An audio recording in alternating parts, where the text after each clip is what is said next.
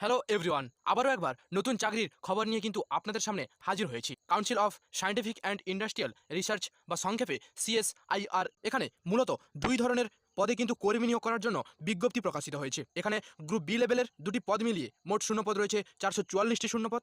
ইচ্ছুক প্রার্থীরা আবেদন করতে পারবেন 12ই জানুয়ারি পর্যন্ত। আপনাদের অবশ্যই অনলাইনের মাধ্যমেই আবেদনটিকে সম্পূর্ণ করতে হবে। তবে আরও বিস্তারিত জানার জন্য কিন্তু অবশ্যই আপনাদেরকে ডেসক্রিপশন বক্সটিকে ভিজিট করতে হবে, কারণ ডেসক্রিপশন বক্সে অফিসিয়াল নোটিফিকেশন লিঙ্ক দেওয়া থাকবে।